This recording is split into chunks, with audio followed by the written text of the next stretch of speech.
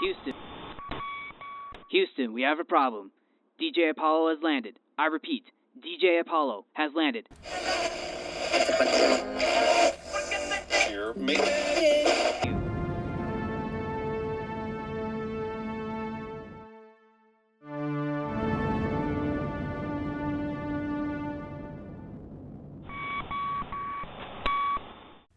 You are listening to the Tales of Music and Film podcast. My name is Christian Taylor, and thank you for clicking on today's episode. And I just want to start by saying I hope you guys are all doing very well. We're already halfway through December, which is pretty crazy. There's only a few weeks left before the year 2024 comes to a close. And this year, I gotta tell you guys, this year has been one of the best years of my life. And I really mean that. I've gotten to do so much this year. And I'm definitely going to have to make a post about it on my social media platforms here in a little bit. Because a lot of cool stuff has happened this year. But the year is not over yet. And there's still one more goal that I want to reach before this year is over. I want to hit 100 episodes before this year is over with. And we are very close to hitting that mark. This is going to mark episode 98. So after this episode, I have 2 left to go before I hit 100. So we're going to cut it close, but I think I'm going to do it. So we're going to be on the topic of music today. I was really wanting to do some music related, because the next 2 episodes I already have planned out, and I think you guys are going to enjoy them. But today, let's talk about some music related, and this is going to be a real fun one because I've had this topic in the back of my mind for a while now. How about we talk about AC/DC again? I know I've already covered 2 of their albums, but you know what? I want to talk about them. It's been a good while because the last episode I did about AC/DC was the last recording I did at Eastern University before I graduated, and that was when I covered AC/DC's brand new Power Up album, and I haven't talked about them since, so I figured, hey, why not talk about them again, because one of their albums is extremely underrated. Well, there's several, in my opinion, that are in the underrated territory, and this album that we're going to talk about today is definitely in that realm. But before we get into the album itself, I wanted to share some very awesome news with you guys that's AC/DC related. So my mom bought tickets for her, me, and my dad to go see AC/DC. They finally, after waiting months, have announced the American length of their tour, well, the North American tour. They are going to be in Chicago on May 24th of next year at Soldier Field, and my mom managed to get tickets the day they went on sale, which was last week on Friday. So that was a huge win.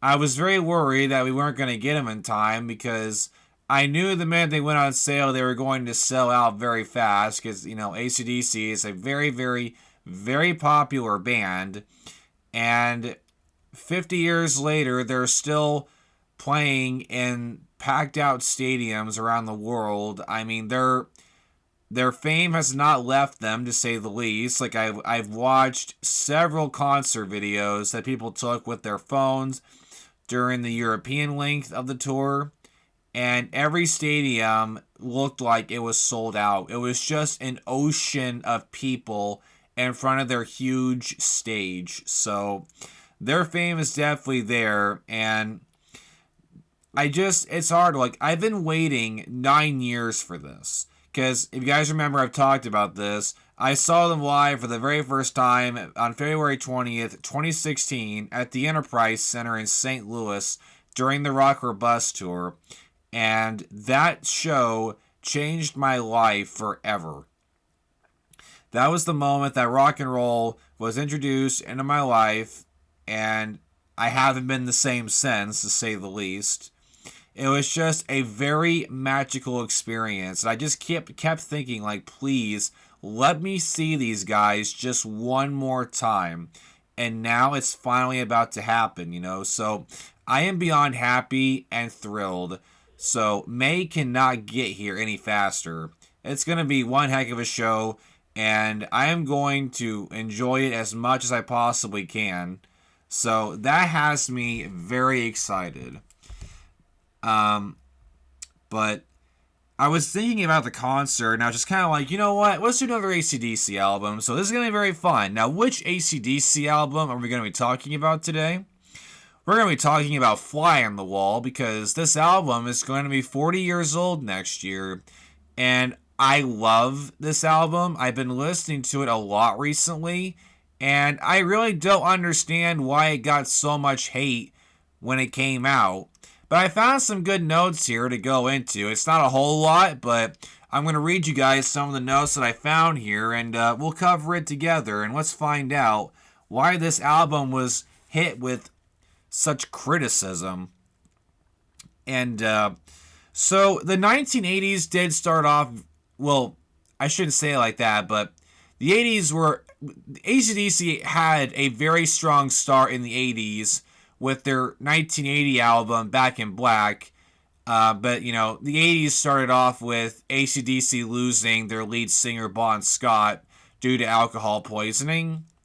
And then Brian Johnson came in to fill in for Bon, and Brian is still fronting the band to this very day, and he is my favorite musician of all time. He is, if they could make a Mount Rushmore for rock and roll singers, he would be on that mount, in my opinion. He is an amazing singer, and more importantly, he's an amazing human being. But the band did have a strong start with Back in Black. The album is currently now, I believe still, the second most sold record in rock history. And it's very influential to this very day. I mean, I looked up their set lists for the Power Up tour that they're doing right now, and there's like 6 or 7 songs off of it that they perform live, like Hell's Bells, Shoot to Thrill, Back in Black, You Shook Me All Night Long, Have a Drink on Me. So yeah, there's around 5 songs on there that's on the set list. So that album is extremely popular to this very day.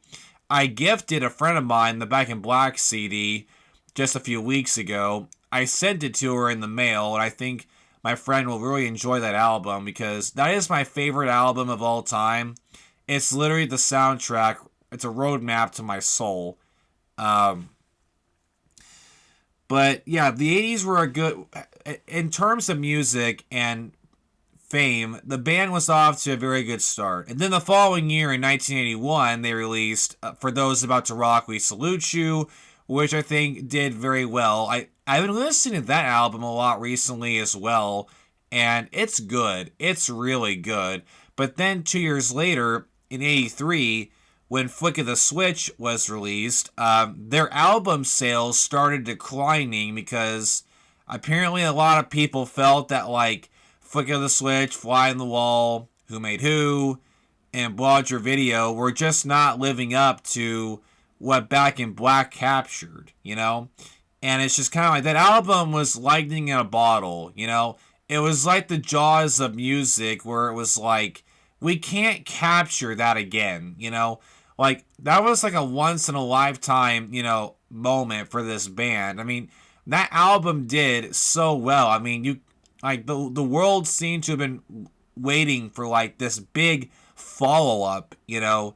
Like, surely they can do that again. It's just kind of like, no, I don't think so. I mean, they capture that raw emotion. I mean, that whole album was them putting all their emotions from what they experienced losing their friend Bon Scott. Like, that whole album was dedicated to him. You know, like, all the songs were written around, you know, all the good times they had, and so forth. What that album captured, I don't think the band could ever replicate that again. So the albums that followed, you know, people just kind of felt like it wasn't living up to Back in Black, which was an impossible task. Like, there's no way to top that, you know? So I thought For Those About to Rock was a great follow-up. Flick of the Switch, I love that album to death. I think it's a great album. And Fly on the Wall, I think, is exceptional. I mean, I think it's one of their best albums since Back in Black. Like, I don't know why it got so much hate. You know, there's so many good.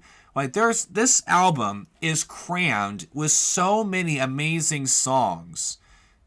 And this album, I can definitely tell, like, so for a lot of bands, after they've been around for a while, they start to get, you know, experimental with their craft. And of course, in a lot of instances, like, that gets them in hot water because, you know, a lot of people would be like, your sound was already perfect. Like, why would you change it? You know, like, a lot of bands have gotten in trouble throughout their careers for trying to do something different. I mean, they all hit that phase. I mean, like, take the Beatles, for example. I mean, after Revolver came out in 1966, they changed their whole look. They ditched their suits and the haircut style they were doing, and then they dressed up in those Sgt. Pepper outfits, and then they did the Sgt. Pepper's Lonely Hearts Club Band album, you know? Like, they did a big change, you know? Then they did, you know, like the White Album, Abbey Road, Let It Be, you know, which were big changes from their first albums they did during the first half of the 60s when they had their suits, you know? It was a change.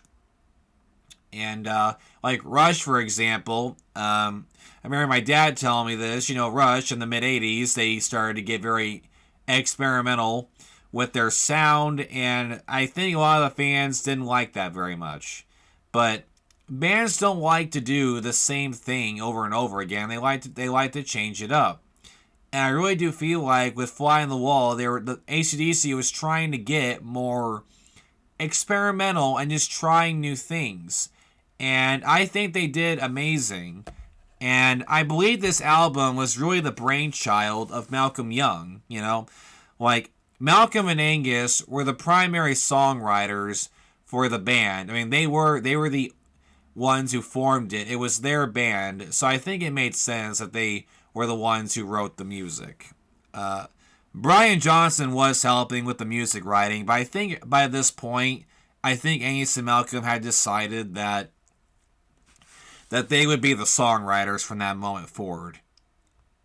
Let's see here. So if you guys remember, back when I covered their Power Up album, there were some songs on the Power Up album. And they sound like that they were taken straight off of Fly on the Wall.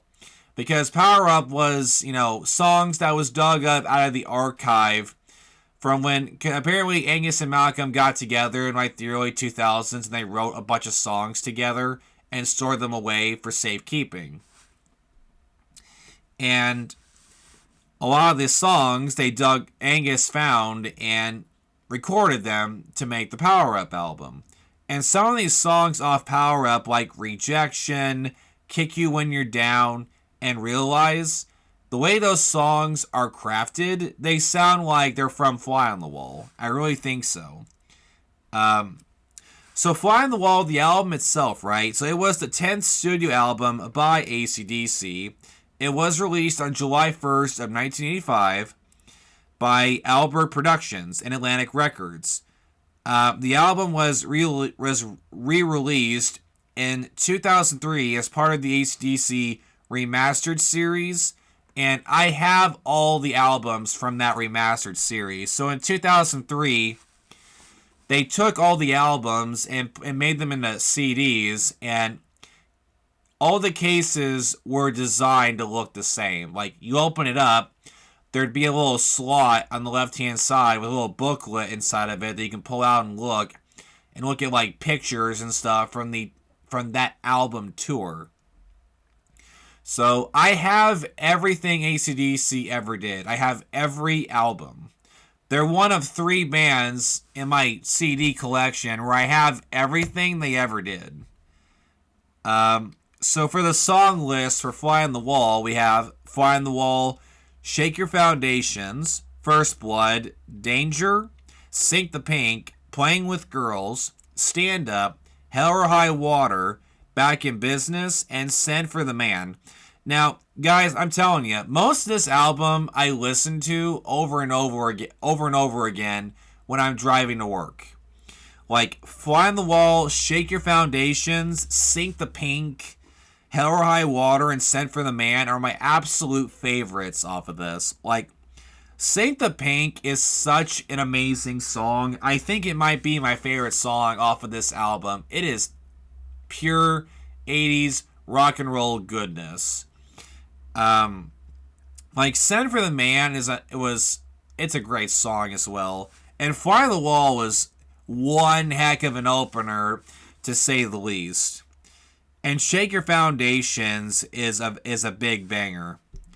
So yeah, this whole album is just crammed with very amazing songs that I really do think this album deserves way more attention than what it's getting. You know, like it's good. I really think so.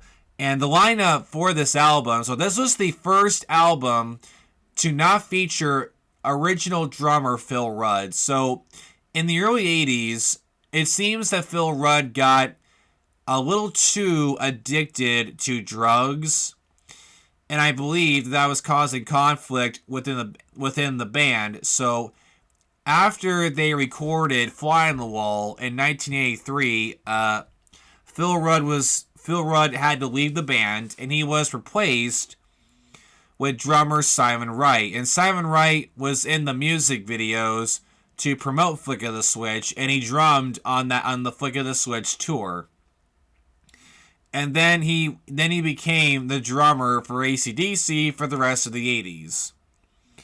And Fly on the Wall was the first album to feature Simon on the drums, and I think he did a darn good job. So as of right now, AC/DC now has 4 drummers. We have the OG drummer, Phil Rudd. We have Simon Wright. We have Chris Slade, who drummed for AC/DC for the Razor's Edge album and tour. Chris Slade drummed for AC/DC when they recorded their song Big Gun for the Last Action Hero movie. And then Chris Slade came back to drum again for the Rock or Bust album tour. And right now, on the Power Up tour, a man named Matt Lang is drumming for AC/DC for the Power Up tour, and I think he is doing a very good job on the tour. I've watched many clips from the shows they did during their European tour, and Matt's doing a great job. Like, he has Phil's swing and groove down pretty good, in my opinion. I think he's doing a really good job. So AC/DC, as of right now, has 4 main drummers, and Simon Wright did a darn good job throughout the 80s with his drumming. Like, he was really good. I think he's very underrated as a drummer, and he's no Phil Rudd, but, like, Phil will always be my favorite drummer, but Simon did a really good job. I think he did great. But anyway, the lineup for this band, we have Brian Johnson on lead vocals, Angus Young on lead guitar, we have Malcolm Young on rhythm guitar and doing backing vocals, Cliff Williams is bass guitar and doing backing vocals, and Simon Wright on the drum kit. And that was the lineup for this album and its tour. So let's take a look here in a minute for the background and recording. So although AC/DC's 1983 album, Flick of the Switch, was a commercial and critical failure, the band remained one of the biggest hard rock acts in the world. You see, I don't understand that. It's like, why did Flick of the Switch not do very well? That album kicks butt. Like, that, guys, I'm telling you right now, I think Flick of the Switch was one of Brian Johnson's, like, big moments as a singer. His singing on that album was legendary. I think he sang stronger in that than he did in the Back in Black album. Like, he screamed his lungs out on every track, you know? It was amazing. So I don't understand, like, why it didn't do well. I mean, that album, like, the sound, the music, I mean, just the sound of it, the way it was mixed, I mean, it's amazing. So I don't get, it seems to me that the fans just had their expectations, like, way too high. Like, that's what I'm getting.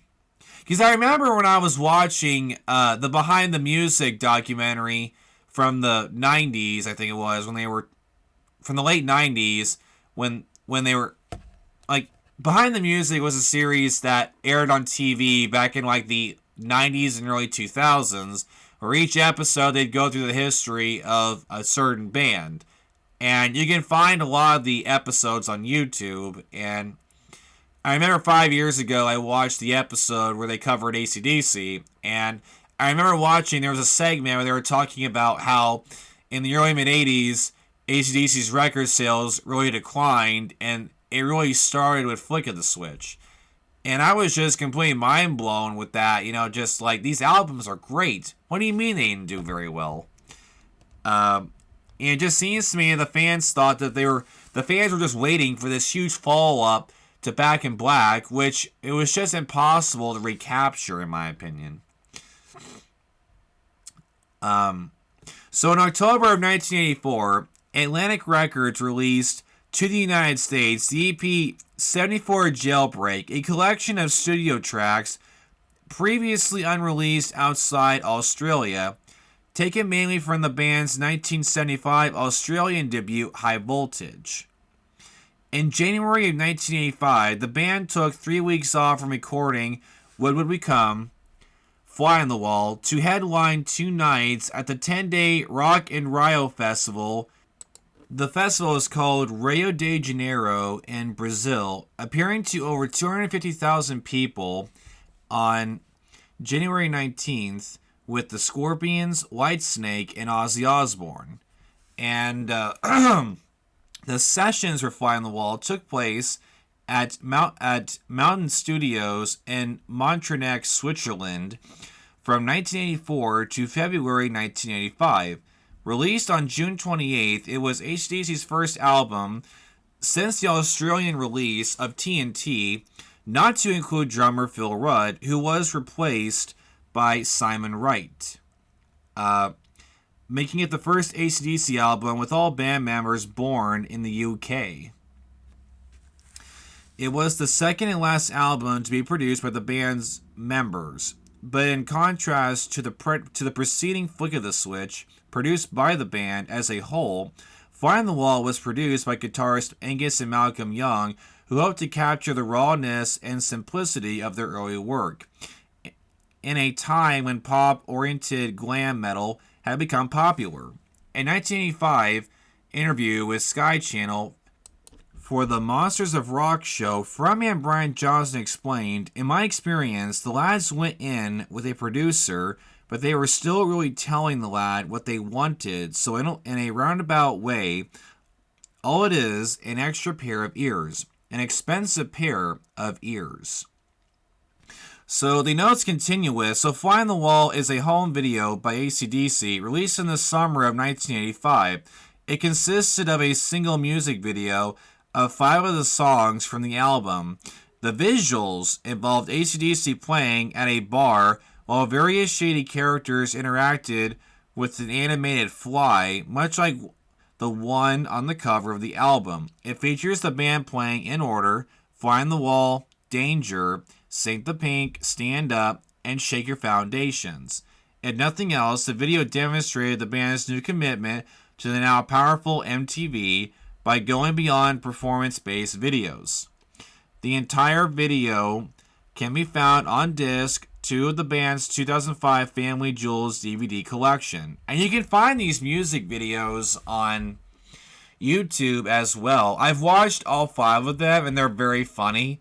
Like, the band's like in this really shady, like, looking bar singing these songs, and there's like these 5 different stories going on based around the song that they're playing. Like, my favorite was the Saint the Pink video, where this gorgeous girl walks into the bar wearing this very pink 80s looking outfit. It was so funny, and she like plays pool with some of the other guys. Or Fly on the Wall, there was an animated fly like flying around, and Shake Your Foundations was the closer because the entire bar, like, there's like an earthquake or something, and the entire bar just like falls to the ground. but the band is still playing on stage even after the building's completely gone. I love that. And then Don't Talk to Strangers. That one was very funny because there was this guy all covered in dirt wearing this very nasty tuxedo with a camera on, trying to get into the bar, but the security guards won't let him in, so he has to sneak out and sneak in the back way or something. I don't know, just these videos I thought were very funny, and I think they did a really good job of promoting this album. And by the mid 80s, man, MTV was really taking off. By the mid 80s, if you wanted to get your band promoted, making music videos for MTV was really the way to go. So let's take a look at the reception here. So the album was not well received by critics, and 1 million US sales paled beside those of Back in Black and For Those About to Rock, We Salute You. The singles Shake Your Foundations and Saint the Pink are seen as standouts. Both were later included on the band's soundtrack album Who Made Who for Stephen King's film Maximum Overdrive. The song Danger fell flat in concert and was banished from the set. Some critics also complained that Johnson's vocals were difficult to decipher, and the band would indeed raise them in the remix for Shake Your Foundations on Who Made Who. Retrospective reviews are also largely negative. Classic Rock explains that Malcolm and Angus Young made AC/DC sound like a tribute act on a bad night, and as writers, all they could muster was one half-decent song, Shake Your Foundations. Now, that is an outright lie. What do you mean they sound like a tribute band? Really? They were just trying to do something different. They got more experimental. I love how... Saint the Pink and Shake Your Foundations are the only two songs getting any praise. What about Send for the Man or Fly on the Wall? Those songs are epic as heck. I can't believe those weren't brought into consideration. Those songs are great. Half decent song. Are you kidding me? So, all told, the album is a disaster. Ultimate Classic Rock agrees with this sentiment, saying that it was when the band started losing relevance from their half metal and thrash metal movements. And while the material does suggest the band was trying a little too hard to fit in, at least they were trying. Okay, I don't get that at all. What do you mean they were trying to fit in? As far as I'm concerned, this band has always had the model of doing your own thing. They have their own sound and rhythm, if you will, on how the band operates and with their sound, And I don't think they've ever been trying to fit in or anything. They've always done their own thing, and they will continue to do so. The album does, however, have at least one high-profile fan, singer-songwriter Ryan Adams, who said, "I had an epiphany while I was running and some of the songs from Fly on the Wall came on. That's a record I could always put on my run mix, and I don't have to leave any songs off." Well, I'm glad someone has something positive to say about this album. I do not agree with any of these reviewers' takes, at all. And this is making me think of, little story for you guys. So, my first job after I graduated high school in 2018, I worked at a restaurant called Milligan's on a golf resort, and I worked there for over 5 years. I still occasionally work there sometimes if they ever need any extra help, just for a little bit of extra money, And I remember when I first started working there, one of the guys in charge, I forget his name, he was a big music fan just like me, and him and I had a lot of long talks about rock and roll music. And I always told him how AC/DC was my favorite band, and he was a big fan of AC/DC himself. And I remember one time we were talking about the albums that AC/DC did in the 80s, and he said he did not like Fly on the Wall at all. He said the band sounded too much like Def Leppard. And I didn't say anything, but in my brain I was just kind of what do you mean they sound like Def Leppard? That does not make any sense to me, at all. Fly on the Wall is a great album. I love it to death. And like AC/DC, I'm telling you guys, they're one of those bands, they've never written one bad song in their whole career. Everything they've done has been amazing. And yeah, I just think these reviewers were being way too negative with their takes on this record. Now, this next section that we're getting to read about, guys, like, I didn't know this, but during the Fly on the Wall album tour, there was a controversy. And I actually learned a little bit about this, but we're going to learn some more information about it. So we're going to be talking about the tour and controversy. And I actually remember learning about this for the first time when I was watching that Behind the Music documentary years ago that I'd mentioned earlier. The documentary talked about this. So the Fly on the Wall tour was marred by bad publicity when the serial killer Richard Ramirez was arrested. Ramirez, nicknamed the Night Stalker by the press, told police that Night Prowler from Highway to Hell had driven him to commit murder. Police also claimed that Ramirez was wearing an AC/DC shirt and left an AC/DC hat at one of the crime scenes. As Murray Egnell he observes in his book, AC/DC Maximum Rock and Roll, it was just the band's dictators have been waiting for, and the media, especially in America, immediately seized on the case. Wild accusations that AC/DC was, in fact, devil worshippers were bandied about. The lyrics of Night Prowler were carefully analyzed, and some newspapers attempted to link Ramirez's Satanism with AC/DC's name, somehow arriving at the conclusion that AC/DC actually stood for Antichrist Devil's Children. And guys, I am telling you right now, when this section in the Behind the Music documentary, when I was watching that documentary and they were talking about this, my head hurt so bad. I mean, it's just like, dude, the more stories I learn about, things like this, the less respect I have for some news outlets. I mean, it's just, I don't understand it. Okay, so he happened to leave an AC/DC hat at one of the crime scenes. Like, do you realize, like, how much merch these guys sell?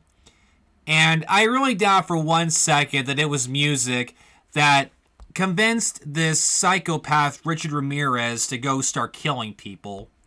Like, this guy, like, I don't know. I do not buy for 1 second that, he was listening to Night Prowler one night, and he's like, you know what, I'm gonna go kill some people. I don't think that's how that works. So it's just like, I'm sick and tired of this stupid narrative that the later half of the 20th century was trying so hard. Like, so many people during the 80s and 90s and even the 70s, like, they were pushing so hard on this narrative that rock and roll music it makes people do horrible things. And I don't buy that for 1 second. I don't believe that. Like, I'm sick of this stupid narrative that music somehow plays a part in people doing evil things. I don't necessarily agree with that. I don't know. I just think it's ridiculous. Like, this whole thing of, like, AC/DC or devil worshippers and all that, it's so stupid. I mean, guys, AC/DC got their name from a sewing machine.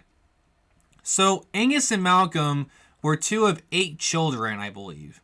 And one of their older sisters, Margaret, she sewed together some of the early schoolboy uniforms that Angus wore when the band first started. And they were trying to think of a name one night, and they saw AC/DC on their sister Margaret's sewing machine, and then that's the name they went with. And that's all it is. Like, these news outlets were just making up things just to get a story out there, it seems like.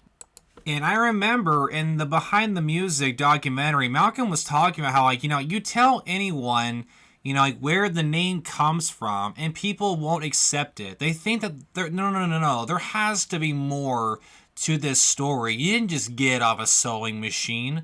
No, there's gotta be more to it than that, It's like people won't accept that there's a simple answer to some things, Like, it just blows my mind the links that these news outlets will go to to create these ridiculous stories. Ridiculous. But anyway, we're going to get off of that. So the band maintained that the song had been given a murderous connotation by Ramirez, but it's actually about a boy sneaking into his girlfriend's bedroom at night while her parents are sleeping. Like, Malcolm said that in the Behind the Music documentary. Right? Like, that's all the song is. It has nothing to do with murdering people at all. And I also remember, Brian Johnson talking about how ridiculous this whole situation was. He said it just sickens you to have anything to do with that sort of thing, even if your name is mentioned, Like, these guys just write music and they go on tour trying to, give their fans one hell of a show, That's all they do. They're just a rock and roll band. These guys would never, ever write a song about hurting or injuring or killing people. That's not them, So an AC/DC hat happened to be left at one of the crime scenes, and I don't buy for 1 second with Ramirez's story that Night Prowler made him kill people. I don't buy it. So Richard Ramirez was dubbed the Night Stalker by the media, was a serial killer, rapist, and burglar who murdered at least 13 people in California in 1984 and 1985. He was given the death sentence, but he died of natural causes in 2013. And good riddance as far as I'm concerned. This man was an absolute monster. And I had no sympathy for him.